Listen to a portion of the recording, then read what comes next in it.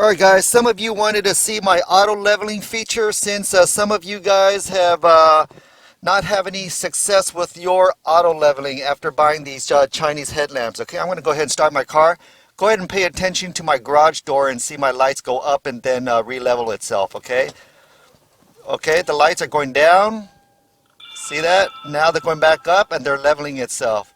Okay, so that's my auto leveling right there. Okay, the only problems with these Chinese headlamps, and I'm going to make a part 2 about it. If you start driving, I'm going to put my car in drive, and it's going to start saying something like check headlights or something like that, and you're going to see it in a bit. I don't know why it's not coming on right now, but I think I got to step on the gas or something. There you go. You see that? You're going to get that message.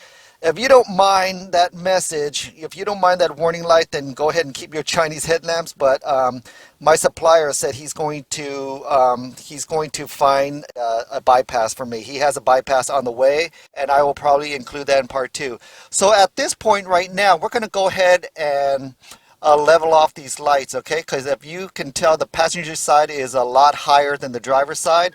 I'm going to show you guys how to level that. Okay, let's go ahead and put the car in park. I want to keep the engine on, all right, and I'm going to go ahead and, so what I'm looking for right now, guys, is you see how my passenger side is a lot higher than my driver's side. I'm going to keep my driver's side where it's at because I like the vision of it, because I did drive around already. I'm going to lower my passenger side down, and you know how you lower it down? Okay, so here's your headlamps, okay? Here's your headlamps, and I forgot to tell you, on the side of these headlamps, it's stamped Lexus. Even a Chinese maker has this this down to this detail. That's pretty cool. That's pretty awesome. I love these headlamps, guys. So let me show you how to adjust these headlamps. Now, if you go behind your headlamps, you're going to see right here an 8mm bolt. You turn it clockwise to lower your beams, and you turn it counterclockwise to higher your beams, okay? So this is the tool I'm going to be using. I'm going to be using a gear wrench. It's one of these gear wrenches, okay? You turn it counterclockwise and it tightens, okay? And you can flip right here and it go counterclockwise, okay? I'm going to go ahead and do it clockwise until my beams go lower. It's an 8mm, guys, so let's go ahead and do this. I'm going to show you the beam, okay?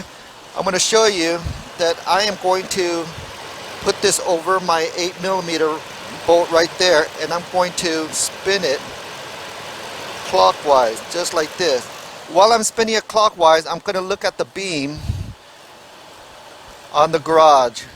Okay, it's going to take quite a few clicks because it's going very slowly, guys. But you're going to see in a minute what I'm talking about. I'm going clockwise right now. Okay, let's see how long this is going to take. Bear with me, guys. Patience is a virtue. I would tell you some more stories about my life, but I don't want to get in trouble anymore with the animal rights activists and the feminists that are watching my channel. I got too much heat on me right now. Okay, maybe I should just fast forward this part. What do you guys think? Here we go. Do you see the beams moving now? Wow, it looks so, there you go. Now do you see the beams moving? It's going lower. And right about now is kind of where I want it to be, sort of. I'm going to go a little lower, and right there. Now if you look at the line of sight, it's perfect. Do you guys see that? It's perfect, and that's where I want it. Okay, so just remember, on both sides of your headlamps, you got that 8mm right there, okay? Go clockwise to lower your beams, counterclockwise to raise your beams. And it's going to take quite a few clicks, guys. Don't think that you're going to go like 4 clicks and it's going to move all of a sudden on you. It took me about maybe 20-25 clicks just to make that thing move to where I wanted it, okay? So I'm fairly satisfied with that. I'm probably going to drive around and check out my line of sight, my visibility once it gets dark, and I'm going to readjust if I need to. Okay, so far this is it, guys. Let's close the hood. There it is, guys. Look at that.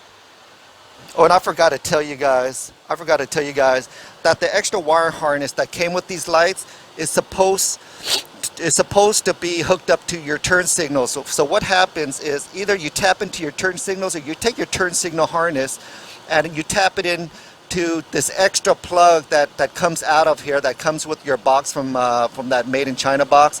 You have an extra harness. So every time you drive, it will stay white, but when you signal, it will switch to orange, right? It'll switch to orange and it'll flash. It'll do this. It'll do this flow kind of thing with orange, and that's pretty cool looking. And if I get that fixed, my supplier is going to send me a bypass. And if I get this fixed, where I could change this to my turn signals and get rid of that error message, I'm going to convert these into fog lights, in which I will get rid of this orange LED bulb, and I will replace it with an LED system. Okay, and how am I going to do that? I might just tap it into one of these lights up here, or I might put him to a switch. Okay, so more to come. Okay, so first things first, let's go ahead and fix these headlamps first, guys.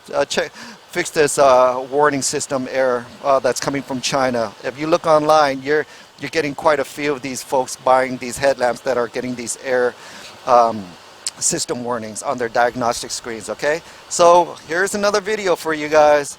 Thank you. Peace.